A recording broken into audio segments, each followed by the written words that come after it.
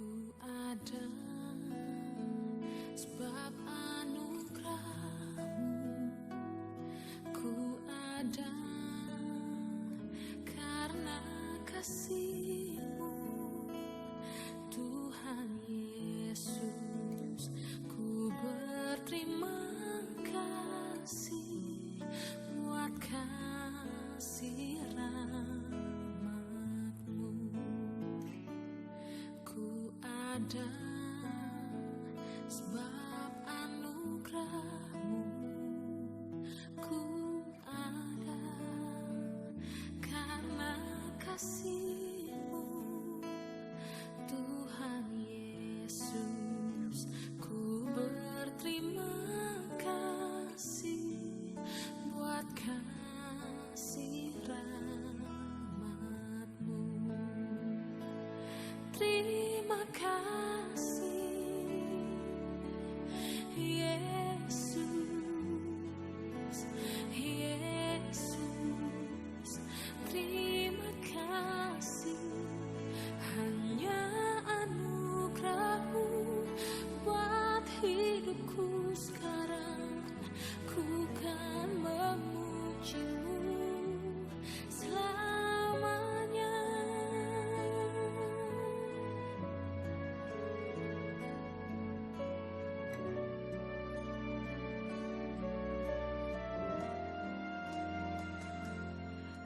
I am here because of Your grace. I am here because of Your love, Lord Jesus. I am so thankful for Your grace abounds to me. Thank you, Jesus. Salam, salam damai sejahtera di dalam kasih dan kemurahan Tuhan. Selamat pagi Bapak Ibu, Saudara-saudari Jemaat GKIM Anugerah yang sangat dikasih oleh Tuhan. Kita saat ini sudah berada di minggu kedua bulan Agustus tahun 2021 ini.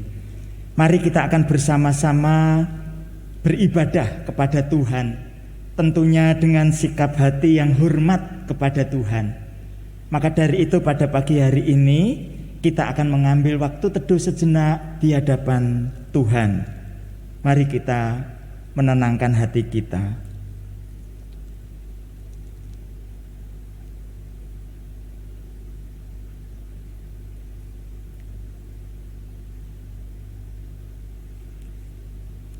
Jemaat diundang untuk bangkit berdiri. Kita mengaku bahwa kebaktian kita pada pagi hari ini didasarkan atas pengakuan bahwa pertolongan kita adalah di dalam nama Tuhan yang menjadikan langit, bumi serta segala isinya. Dan Tuhan Sang Pencipta itu adalah Tuhan yang setia, memelihara hidup umatnya untuk selama-lamanya. Turunlah atas saudara sekalian anugerah dan damai sejahtera dari Allah Bapa dan Tuhan kita Yesus Kristus, serta dalam persekutuan dengan Roh Kudus. Amin. Gloria Patri.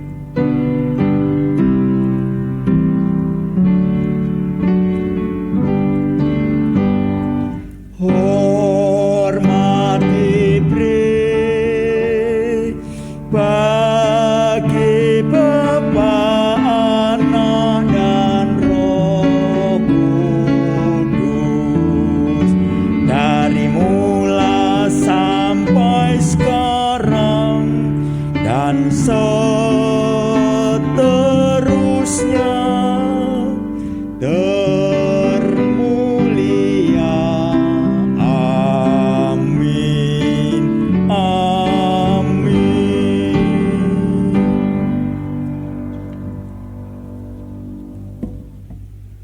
Bapak Ibu Saudara, banyak yang punya pemahaman dan pengertian tentang kasih Allah. Pun banyak yang mendiskusikannya. Tapi apakah kita sudah mengenal kasih Allah itu di dalam hati kita? Alangkah baiknya saat kita memulai ibadah pada pagi hari ini, kita mengingat kasih Allah yang besar, yang dibuktikan dengan kematian Yesus anaknya. Yesus mati bagi Bapak, Ibu, Saudara, dan saya pada saat kita semua dalam keadaan berdosa dan jahat. Betapa hebat dan besarnya kasih Allah itu. Mari kita sama-sama menyanyikan kasih Allah amat besar. Kita hayati liriknya bersama-sama. Kasih Allah amat besar dan tak dapat dilukiskan, lebih tinggi dari bintang, namun mencapai dunia, mengaruniakan anaknya, memberi kemenangan, mendamaikan dan mengampuni orang-orang berdosa.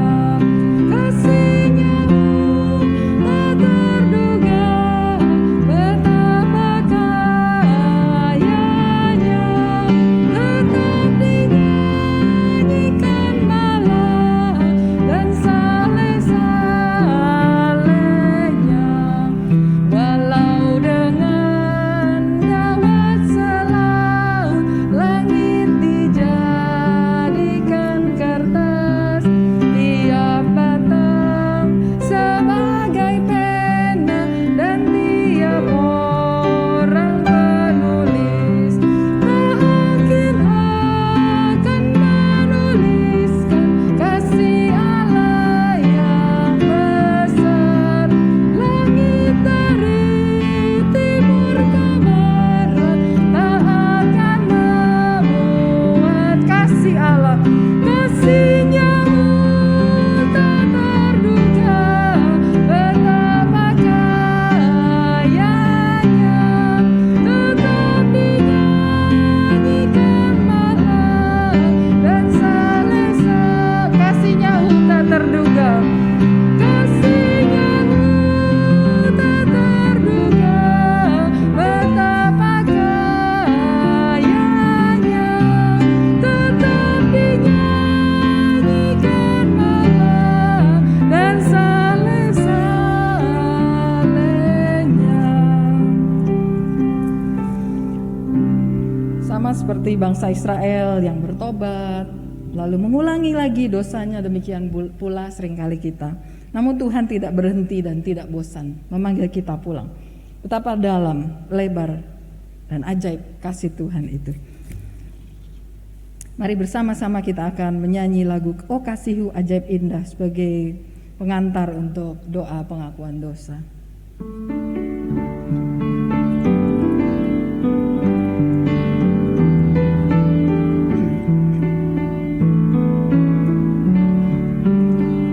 Oh Tuhanku, Kau panggilku pulang, dan cinta-Mu menggerakkan hatiku. Sinadaku Engkau masih cinta,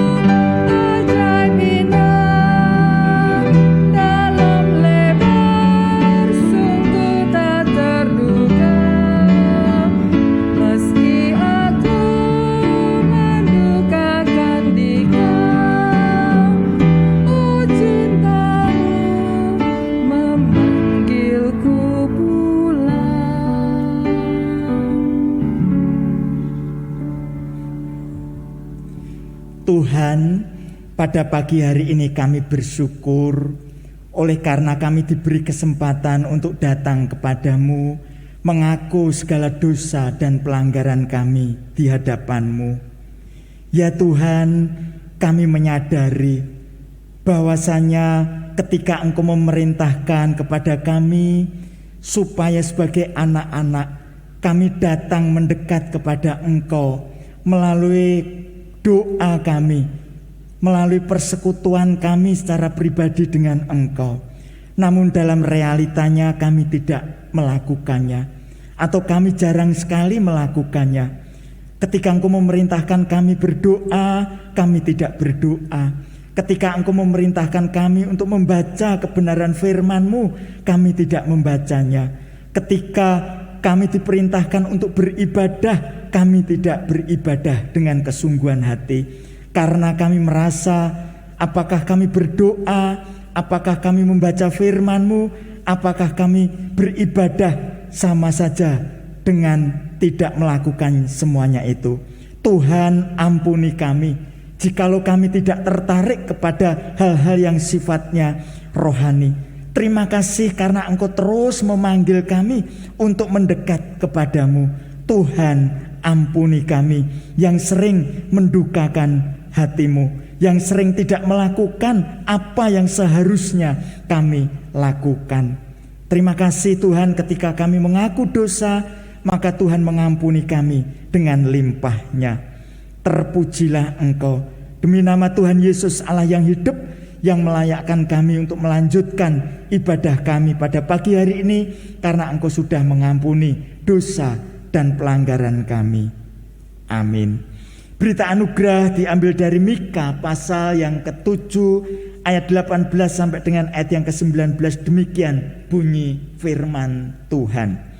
Siapakah Allah seperti Engkau yang mengampuni dosa dan yang memaafkan pelanggaran dari sisa-sisa miliknya sendiri, yang tidak bertahan dalam murkanya untuk seterusnya, melainkan berkenan kepada kasih setia.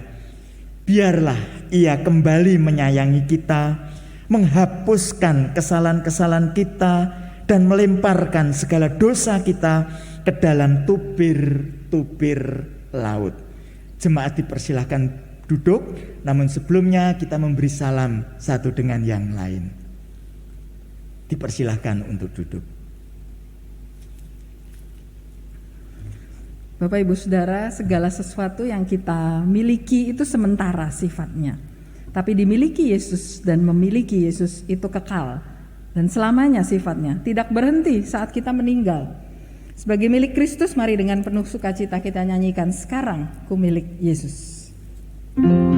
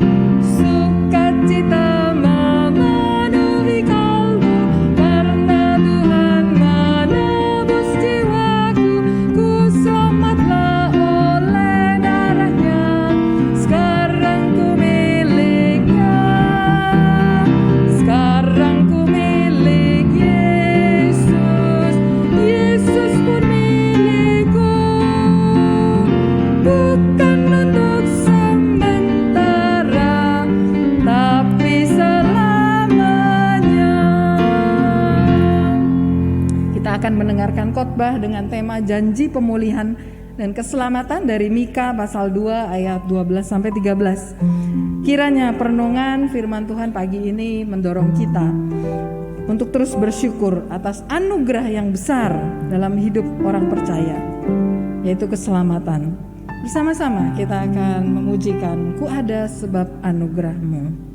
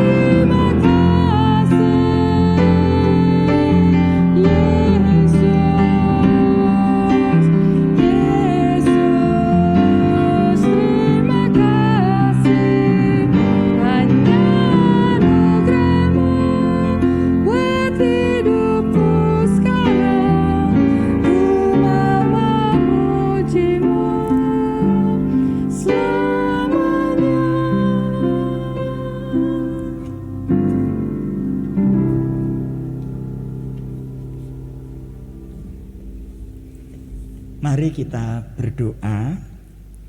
Bapa yang ada di dalam surga, benar kalau kami ada sebagaimana kami ada saat ini, berada di dalam keberkatan oleh Tuhan, itu semata-mata karena anugerah dan kemurahan-Mu. Terima kasih kalau pada pagi hari ini kami diizinkan oleh Tuhan untuk memuji memuliakan nama Tuhan, berdoa mengaku dosa, dan sebentar kami akan membuka Alkitab untuk membaca, untuk menyimak uraiannya, untuk merenungkan kebenarannya, terlebih akan melakukan kebenaran yang ada di dalamnya. Tolonglah kami Tuhan, bantulah kami, karena kami menyadari sifat keberdosaan kami, sesungguhnya kami tidak tertarik kepada hal yang rohani. Namun sekali lagi kami mohon supaya Engkau berkemurahan hati kepada kami, memberkati kami pada pagi hari ini. Terpujilah Engkau, demi nama Tuhan Yesus Allah yang hidup, kami bersyukur, kami bermohon kepada Tuhan. Amin. Bapak, Ibu, dan saudara yang saya kasih dalam Tuhan, dalam bulan Agustus ini kita akan bersama-sama mempelajari kitab Mika. Mika merupakan nabi kecil karena hanya berisi 7 pasal. Bapak, Ibu, dan saudara yang saya kasih dalam Tuhan, sehingga disebut sebagai nabi kecil. Dan pada pagi hari ini kita akan membaca Mika pasal 2 ayat 12 sampai dengan ayat yang ke-13. Mika pasal 2 ayat 12 sampai dengan ayat yang ke-13. Mika berada di belakang Yunus dan berada di depan Nabi Nahum. Mika pasal 2 ayat 12 sampai 13, demikian firman Tuhan. Dengan sungguh-sungguh aku akan mengumpulkan engkau seluruhnya, hai Yakub. Dengan sungguh-sungguh aku akan menghimpunkan sisa orang Israel. Aku akan menyatukannya seperti kambing domba dalam kandang, seperti kawanan binatang di tengah-tengah padangnya, sehingga ramai dengan manusia. Ayat 13, penerobos akan maju di depan mereka, Mereka akan menerobos dan berjalan melewati pintu gerbang dan akan keluar dari situ. Raja mereka akan berjalan terus di depan mereka. Tuhan sendiri di kepala barisan mereka. Bapak, Ibu, dan saudara yang saya kasih dalam Tuhan, kita tahu bahwasanya kitab Mika ini sejaman dengan Nabi Yesaya, sekitar tahun 700 sebelum Masehi. Kalau kita memperhatikan kitab Mika ini, Bapak, Ibu, dan saudara, setelah Mika membeberkan dosa-dosa yang dilakukan oleh bangsa Israel maupun bangsa Yehuda dan konsekuensi apa yang akan mereka terima kalau bangsa ini terus-menerus hidup di dalam dosa. Maka dari itu di dalam pasal 2 ayat 12 sampai dengan ayat yang ke-13 ini ternyata ada janji untuk pembebasan bagi mereka. Ada pengharapan bagi mereka. Bapak, Ibu, dan saudara yang saya kasih di dalam Tuhan, kalau kita mendengarkan kata pengharapan, pengharapan itu akan memberikan semangat hidup. Ada orang tua yang dengan sekuat tenaga bekerja, bagaimana caranya supaya keluarganya bisa memperoleh kehidupan yang baik. Orang tua bekerja dengan keras supaya anak-anaknya bisa mengenyam pendidikan yang baik. Orang tua bekerja dengan keras mendoakan, mendidik anak-anaknya di dalam kebenaran firman Tuhan dengan satu pengharapan. Suatu saat nanti ketika anak-anak menjadi dewasa, anak-anak itu mengerti akan jalan-jalan hidupnya di dalam kebenaran Tuhan itu. Demikian juga anak-anak remaja, anak-anak pemuda berjuang sekuat tenaga bagaimana supaya mempersiapkan masa depannya, bekerja, belajar dengan baik supaya memiliki pengharapan yang baik di masa depannya itu. Demikian juga Bapak, Ibu, dan saudara, seorang pria berusaha dengan keras untuk mendapatkan pengharapannya bagi wanita yang sangat dicintainya itu. Nah, kalau kita membaca Mika pasal 2 ayat 12 sampai 13, Bapak, Ibu, dan saudara yang saya kasih dalam Tuhan, di tengah-tengah keterpurukan umat, di tengah-tengah pemberontakan umat, di sana ada jaminan belas kasihan Tuhan, anugerah Tuhan, penebusan yang dilakukan oleh Tuhan. Untuk apa? Untuk memulihkan bangsa Israel dan bangsa Yehuda itu. Bapak, Ibu, dan saudara yang saya kasih di dalam Tuhan, di tengah keterpurukan umat, ternyata Bapak, Ibu, dan saudara, Mika menyampaikan, dipakai oleh Tuhan untuk menyampaikan ada pengharapan bagi Yehuda, bagi Israel itu yang pada waktu itu sedang terpuruk, berada dalam kondisi berdosa di hadapan Tuhan. Di tengah keterpurukan umat, Tuhan mengingat janjinya. Dia menyatakan sebagai gembala dan akan memimpin umatnya. Bapak, Ibu, dan saudara, ini merupakan pengharapan yang disampaikan oleh Nabi Mika kepada umat yang pada waktu itu berada dalam kondisi yang tidak baik. Bahwa ada, Tuhan mengingat janjinya, Tuhan akan menyatakan diri sebagai gembala dan dia akan memimpin umatnya itu. Bapak, Ibu, dan saudara yang saya kasih dalam Tuhan, kita menyadari bahwa Mika itu artinya siapakah seperti Tuhan. Siapakah seperti Tuhan? Kata Mika itu artinya siapakah seperti Tuhan. Ini sebenarnya bukan kalimat tanya. Tidak tahu Mika itu siapa seperti Tuhan, tetapi sebenarnya ini sebuah pernyataan bahwa tidak ada yang lebih berkuasa daripada Tuhan itu.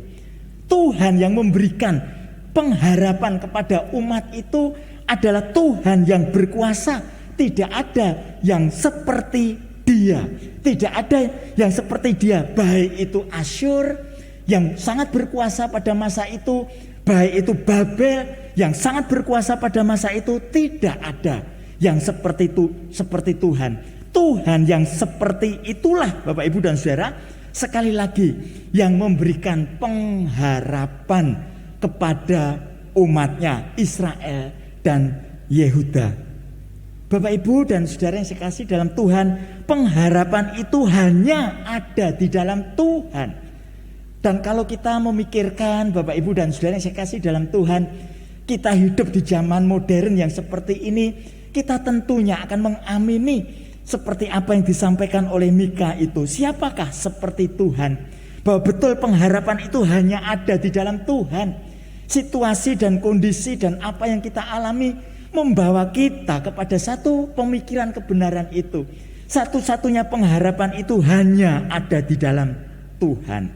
Kemudian Bapak Ibu dan saudara, kalau kita memikirkan lebih lanjut dalam bagian ini, pengharapan umat itu dinyatakan oleh Tuhan seperti apa? Kalau umat memiliki pengharapan apa yang disediakan oleh Tuhan kepada umatnya itu? Kalau kita membaca Bapak Ibu dan saudara, di dalam ayat yang ke-12 itu Tuhan berkata demikian, dengan sungguh-sungguh aku akan mengumpulkan engkau seluruhnya, hai Yakub. Dengan sungguh-sungguh aku akan menghimpunkan sisa-sisa orang Israel.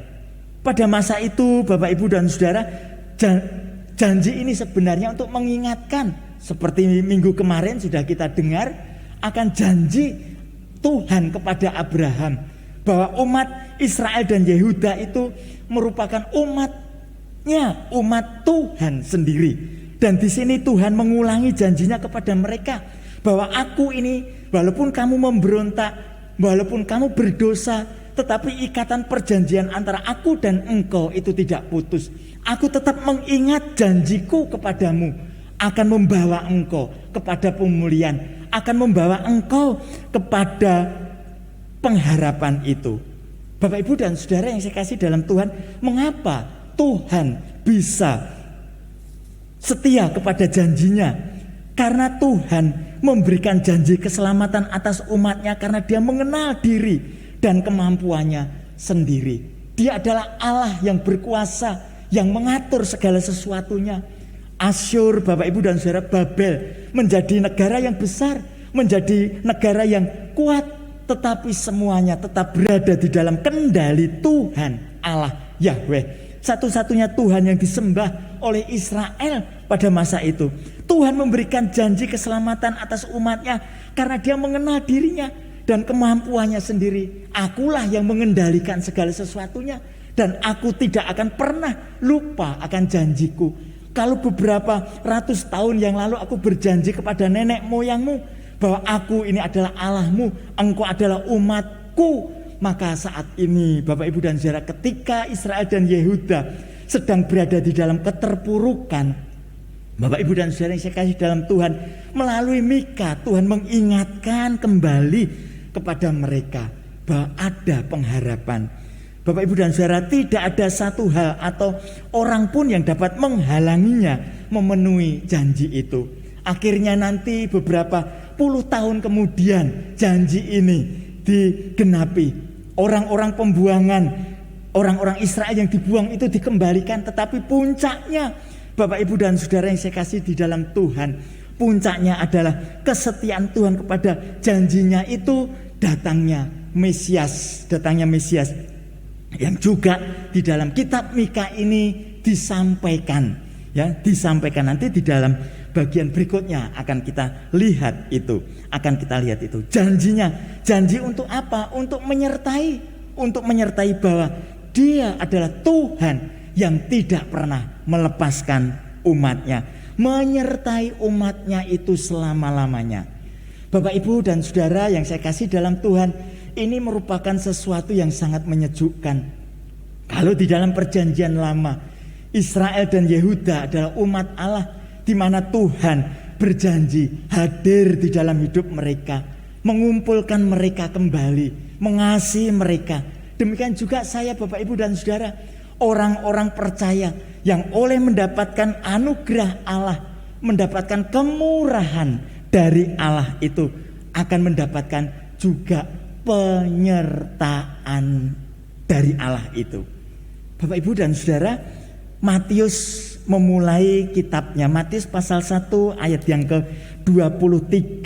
Matius pasal 1 ayat yang ke-23 berbunyi demikian. Sesungguhnya anak darah itu akan mengandung dan melahirkan seorang anak laki-laki, dan mereka akan menamakan dia Immanuel, yang berarti Allah menyertai kita. Allah menyertai kita. Kemudian Bapak Ibu dan Saudara, di dalam Matius pasal 28 ayat yang ke-20, Tuhan Yesus berkata demikian, ayat 19 mulai, "Karena itu pergilah, jadikanlah semua bangsa muridku, dan baptislah mereka dalam nama Bapa dan Anak dan Roh Kudus, dan ajarlah mereka melakukan segala sesuatu yang telah kuperintahkan kepadamu." Kalimat yang terakhir, "Dan ketahuilah aku menyertai kamu senantiasa sampai kepada akhir zaman." Sampai kepada akhir zaman. Matius, Bapak Ibu dan Saudara, memulai dengan Immanuel, Allah menyertai. Kemudian diakhiri juga dengan Allah itu menyertai. Janjinya apa? Pengharapan itu apa? Tuhan itu memberikan janji. Janjinya apa? Bahwa Dia menyertai dalam kehidupan kita ini. Bapak Ibu dan Saudara yang saya kasih dalam Tuhan, memang harus kita akui, di tengah-tengah masa yang tidak mudah seperti ini, seringkali kita merasa sendirian untuk menjalani hidup ini, berjuang sendirian dengan berbagai macam kesulitan yang ada di tengah-tengah hidup kita. Kita mau minta tolong orang lain juga menghadapi kesulitan, juga menghadapi pergumulan, juga menghadapi persoalan. Tetapi biarlah firman Tuhan pada pagi hari ini, bahwa Dia memberikan pengharapan. Pengharapan apa?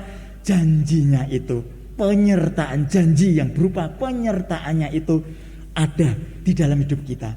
Dia tidak pernah meninggalkan kita. Dia senantiasa ada di dalam hidup kita. Di dalam segala sesuatu musim perjalanan hidup kita, Dia ada, Dia menyertai. Itu yang pertama, Bapak Ibu dan Saudara yang saya kasih dalam Tuhan. Kalau kita memperhatikan kitab Mika pasal 2 ayat yang ke-12b, di sana juga dikatakan, "Aku akan menyatukannya seperti kambing domba dalam kandang, seperti kawanan binatang di tengah-tengah padangnya, sehingga ramai dengan manusia." Bapak Ibu dan Saudara, pengharapan apa lagi yang ditawarkan oleh Tuhan dalam bagian ini, Bapak Ibu dan Saudara? Tuhan sebagai gembala bagi umatnya. Tuhan sebagai gembala, kawanan kambing domba di tengah-tengah padangnya, aku sebagai gembala. Bapak Ibu dan Saudara yang saya kasih dalam Tuhan, kalau kita memperhatikan di dalam kitab Perjanjian Lama, Tuhan menyatakan diri sebagai gembala bagi umatnya, bagi umatnya. Bapak Ibu dan Saudara yang saya kasih dalam Tuhan, Mika menyatakan bahwa kerajaan Mesias akan membawa damai, dan Mesias akan menggembalakan umat Allah dengan benar. Mika sering mengacu kepada penebusan masa depan, menunjukkan bahwa keinginan dan rencana Allah yang abadi bagi umatnya adalah penyelamatan, bukan hukuman. Gembala menolong domba-domba yang tersesat itu untuk kembali ke kandangnya. Kebenaran ini dikembangkan di dalam Yohanes pasal 3 ayat yang ke-16. "Karena begitu besar kasih Allah akan dunia ini, sehingga Ia mengaruniakan anaknya yang tunggal, supaya setiap orang yang percaya kepadanya memperoleh hidup yang kekal itu." Bapak Ibu dan Saudara, sebagai gembala bagi umatnya, menyatukan umat-umat itu yang tercerai-berai itu, Dia berdiri sebagai gembala. Kalau kita melihat Bapak Ibu dan Saudara yang saya kasih dalam Tuhan, di dalam Perjanjian Baru, Efesus pasal 2 ayat 11 sampai dengan ayat yang ke-22 itu, orang non Yahudi dan Yahudi digembalakan oleh Kristus. Digembalakan oleh Kristus. Orang Yahudi yang dekat dengan sebutan dekat, orang yang non Yahudi jauh itu ya menjadi satu keluarga Allah. Yesus Kristus sebagai gembalanya, Tuhan sebagai gembala umatnya. Orang Yehuda, orang Israel, mereka adalah kawanan domba Allah. Allah adalah gembalanya. Saya, Bapak, Ibu, dan Saudara, orang-orang percaya yang hidup di zaman modern ini adalah kawanan domba Allah. Umat Allah, Dia adalah gembala kita yang baik. Kalau kita memperhatikan, saudara, Bapak Ibu yang saya kasih dalam Tuhan, gembala itu memelihara hidup umatnya. Gembala itu memelihara hidup umatnya. Yeskiel pasal 34 ayat 13 sampai dengan ayat yang ke-14. Membawa dari negeri asing ke tanahnya untuk menggembalakan mereka. Di padang rumput yang baik akan ku gembalakan mereka. Ini artinya menyediakan apa yang menjadi kebutuhan mereka. Baik itu kebutuhan jasmani maupun kebutuhan rohani. Bapak Ibu dan saudara yang saya kasih dalam Tuhan, bukankah ini juga diajarkan oleh Tuhan Yesus? Di dalam Injil Matius itu. Jangan khawatir, Tuhan itu memelihara hidup kita. Seperti bunga padang di padang itu yang dipelihara. Bunga bakung itu, demikian juga burung-burung di udara dipelihara. Tuhan sebagai gembala memelihara hidup umatnya secara jasmani, tetapi juga secara rohani. Secara rohani memberikan damai sejahtera. Yang kadangkala sebagai gembala, ketika salah, melalui tongkat itu kita dihajar, kita dididik, dan kita diarahkan. Maka dari itu Mazmur 23, Bapak Ibu dan Saudara, gadamu dan tongkatmu. Ya, ada yang menafsirkan, Bapak Ibu dan Saudara, seorang gembala membawa gada dan tongkat. Gada untuk melawan musuh-musuh, tetapi tongkat untuk mendisiplin domba-domba itu. Tetapi Bapak Ibu dan Saudara, gembala memelihara hidup umatnya itu. Tetapi Tuhanlah gembala yang baik. Yohanes 10 ayat yang ke-14. Akulah gembala yang baik dan aku mengenal domba-dombaku. Kata mengenal di sini bukan hanya pengertian mengerti, tetapi ini meliputi juga suatu kehadiran, adanya hubungan, meliputi kasih sayang. Aku mengasihi domba-dombaku. Aku setia kepada domba-dombaku dan aku peduli dengan domba-dombaku. Ini Bapak Ibu dan Saudara yang saya kasih dalam Tuhan, aku akan menyatukan seperti kambing domba dalam kandang. Dialah sebagai gembala bagi umatnya. Bapak Ibu dan Saudara yang saya kasih dalam Tuhan, banyak lagu-lagu yang diciptakan, yang digubah, yang menggambarkan bahwa Allah itu sebagai gembala. Ya memang demikianlah keadaannya. Ketika kita menyanyikan lagu-lagu itu, Bapak Ibu dan Saudara, kita diingatkan akan kasih sayang Tuhan, akan pemeliharaan Tuhan, akan kebaikan Tuhan, akan kesetiaan Tuhan, akan kepedulian Tuhan di dalam hidup kita ini. Kemudian Bapak Ibu dan Saudara, kalau kita membaca ayat yang ke-13 itu, maka kita akan mendapati bahwa Tuhan memimpin umatnya. Seperti pemimpin perang yang berada di barisan paling depan. Tuhan memimpin umatnya. Pengharapan itu dinyatakan apa? Dinyatakan bahwa Tuhan mau memimpin umatnya untuk menunjukkan jalan damai yang kekal itu. Yohanes 10 ayat yang keempat, gembala memimpin domba-dombanya berjalan. Bapak Ibu dan Saudara, kalau kita membaca ayat yang ke-13 itu seolah-olah ya, Mika itu membayangkan situasi pembuangan yang dikelilingi oleh tembok-tembok yang kokoh yang tidak dapat diterobos. Kemudian datang seorang pemimpin yaitu Tuhan sendiri, Sang Mesias itu menghancurkan tembok-tembok yang membelenggu umatnya dan membuka jalan bagi mereka. Tuhan memimpin umatnya. Bapak Ibu dan Saudara yang saya kasih dalam Tuhan, Tuhan datang menghancurkan belenggu dan membuka jalan bagi umat. Tuhan sebagai pemimpin menuntun hidup umat itu. Bapak Ibu dan saudara yang saya kasih dalam Tuhan, bagaimana Tuhan memimpin, menuntun hidup kita, memimpin hidup kita. Kalau di dalam perjanjian lama Bapak Ibu dan saudara kita melihat Tuhan menuntun umatnya melalui tiang awan, tiang api. Namun saat ini Tuhan tidak memimpin dengan cara yang seperti itu. Tuhan memimpin kita melalui firman-Nya. Oleh sebab itu Mazmur 119 ayat 105 berkata, firman-Mu itu pelita bagi kakiku dan terang bagi jalanku. Seringkali Bapak Ibu dan saudara kita berkata, Tuhan mana pimpinan-Mu? Tuhan mana jalan-jalan-Mu? Bapak Ibu dan saudara, untuk mendapatkan pimpinan Tuhan, untuk mendapatkan jalan-jalan Tuhan, seharusnya kita mendengarkan firman Tuhan. Seharusnya kita membaca firman Tuhan. Seharusnya kita merenungkan firman Tuhan. Tuhan telah menyediakan pimpinannya. Tuhan telah memberikan petunjuk-petunjuknya melalui firman-Nya ini. Melalui firman-Nya ini. Bapak Ibu dan saudara yang saya kasih dalam Tuhan, di sana dikatakan raja akan berjalan terus di depan mereka. Di depan mereka, raja mereka akan berjalan terus di depan mereka. Tuhan sendiri di kepala barisan mereka.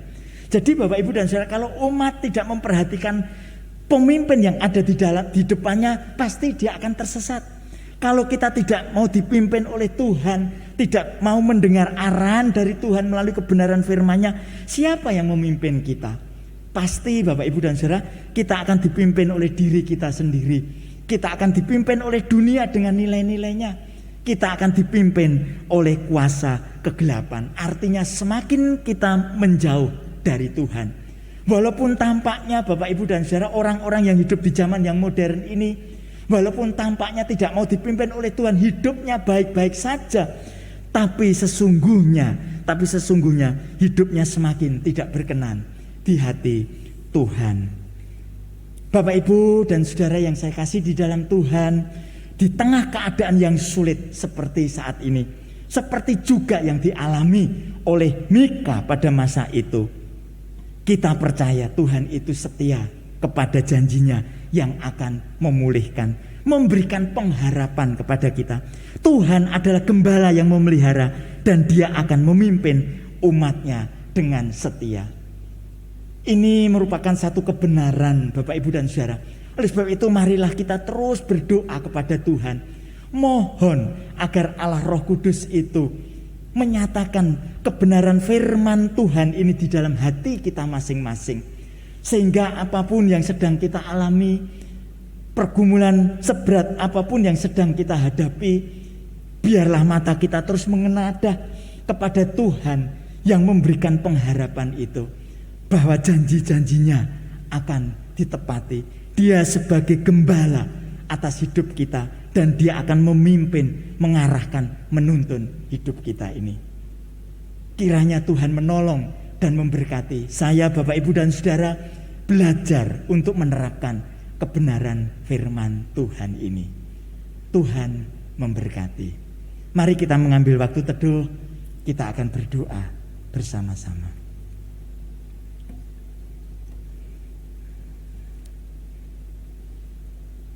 Tuhan, terima kasih untuk firman-Mu. Sekali lagi kami mohon kemurahan-Mu, mohon anugerah-Mu. Kami datang kepadamu dengan berbagai macam suasana hati, Tuhan. Namun biarlah kami terus menengadah kepada Tuhan. Kami berpengharapan kepada Tuhan. Seperti firman-Mu yang Engkau sampaikan melalui Mika. Engkau berjanji kepada kami menjadi penolong kami, sebagai gembala yang akan memelihara hidup kami, yang akan memimpin dan menuntun kami. Berkati pekerjaan kami, berkati studi kami atau anak-anak kami, berkati rumah tangga kami ya Tuhan, supaya menjadi rumah tangga, menjadi keluarga yang sungguh-sungguh takut kepada Tuhan. Terima kasih. Di dalam nama Tuhan Yesus, Allah yang hidup, kami bersyukur, kami bermohon kepada Tuhan. Amin.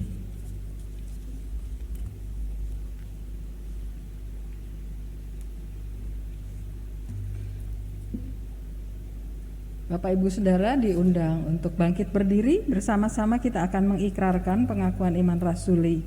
Selaras dengan gereja di segala abad dan tempat, kita akan mengikrarkan pengakuan iman rasuli yang berbunyi demikian. Aku percaya kepada Allah, Bapa yang Maha Kuasa, Khalik langit dan bumi, dan kepada Yesus Kristus, Anaknya yang tunggal Tuhan kita, yang dikandung dari Roh Kudus, lahir dari anak darah Maria, yang menderita sengsara di bawah pemerintahan Pontius Pilatus, disalibkan, mati dan dikuburkan, turun ke dalam kerajaan maut. Pada hari yang ketiga bangkit pula dari antara orang mati, naik ke surga, duduk di sebelah kanan Allah, Bapa yang Maha Kuasa. Dan dari sana Ia akan datang untuk menghakimi orang yang hidup dan yang mati. Aku percaya kepada Roh Kudus, gereja yang kudus dan persekutuan orang kudus, pengampunan dosa, kebangkitan tubuh, dan hidup yang kekal. Amin. Bapak Ibu Saudara, kita akan memberikan persembahan. Saya akan membacakan sebuah ayat sebagai dasar dari pemberian persembahan kita, yaitu dari 2 Korintus pasal 8 ayat yang kedua. Selagi dicobai dengan berat dalam pelbagai penderitaan, sukacita mereka, yaitu jemaat Makedonia, meluap, dan meskipun mereka sangat miskin, namun mereka kaya dalam kemurahan. Bapak Ibu Saudara, kiranya melalui ayat ini kita didorong untuk memberi dalam keadaan keuangan seperti apapun. Mari kita berdoa. Tuhan, kami bersyukur untuk berkat secara jasmani yang Tuhan titipkan kepada kami. Ajar kami untuk terus menyadari bahwa kami bukan pemilik dari harta benda yang ada pada kami, tapi kami adalah pengelola. Karena itu berikan kepada kami hikmat untuk bisa mengelolanya dengan baik, termasuk berapa yang kami berikan bagi persembahan untuk pelayanan gerejamu. Kami terus berdoa supaya Tuhan yang akan menolong kami dari waktu ke waktu untuk bisa menjadi seorang pemberi yang murah hati. Di dalam nama Tuhan Yesus kami bersyukur, kami bermohon. Amin. Bapak Ibu Saudara, dengan bangkit berdiri, mari kita akan menaikkan pokok doa syafaat tentang orang tua dan anak-anak. Doakanlah agar para orang tua diberi kesabaran dan hikmat dalam mendampingi belajar anak-anak secara daring, dan anak-anak memiliki kesadaran bahwa bisa sekolah merupakan anugerah Tuhan. Mari kita berdoa, saya yang akan memimpinnya. Tuhan, pagi hari ini kami mau berdoa untuk para orang tua yang saat ini harus mendampingi anak-anaknya belajar secara daring atau secara online. Kami berdoa agar orang tua menyadari bahwa ini adalah tanggung jawab dari Tuhan kepada orang tua, sehingga orang tua tetap tekun mendampingi. Kami berdoa agar orang tua dapat melihat anak-anaknya dengan penuh kasih, sehingga menjadi tetap sabar. Kami berdoa agar orang tua setia menjalin relasi mereka dengan Tuhan secara pribadi, sehingga mereka diberi hikmat dalam menangani anak-anak. Kami berdoa juga untuk para anak-anak, supaya mereka yang menyaksikan teladan orang tua yang seperti ini menjadi anak-anak yang taat, yang tekun, yang berjuang, dan yang cinta Tuhan. Di dalam nama Tuhan Yesus kami berdoa dan mengucap syukur. Amin. Kita akan mengakhiri kebaktian dengan doksologi.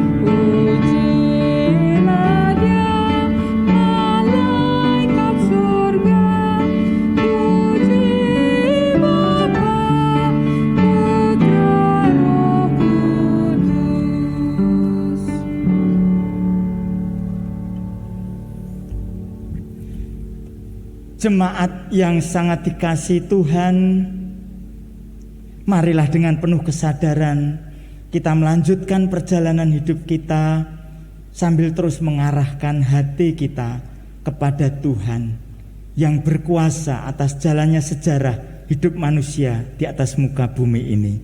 Dan terimalah berkat Tuhan.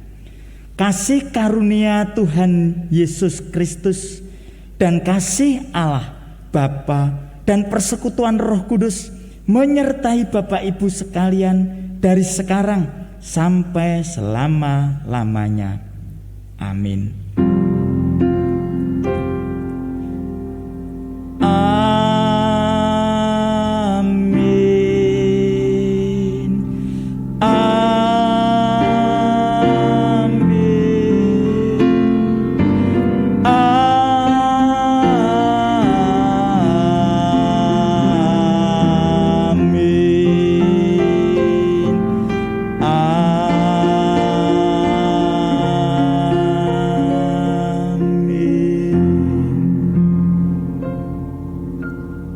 Bapak Ibu dipersilahkan duduk, dipersilahkan mengambil waktu teduh.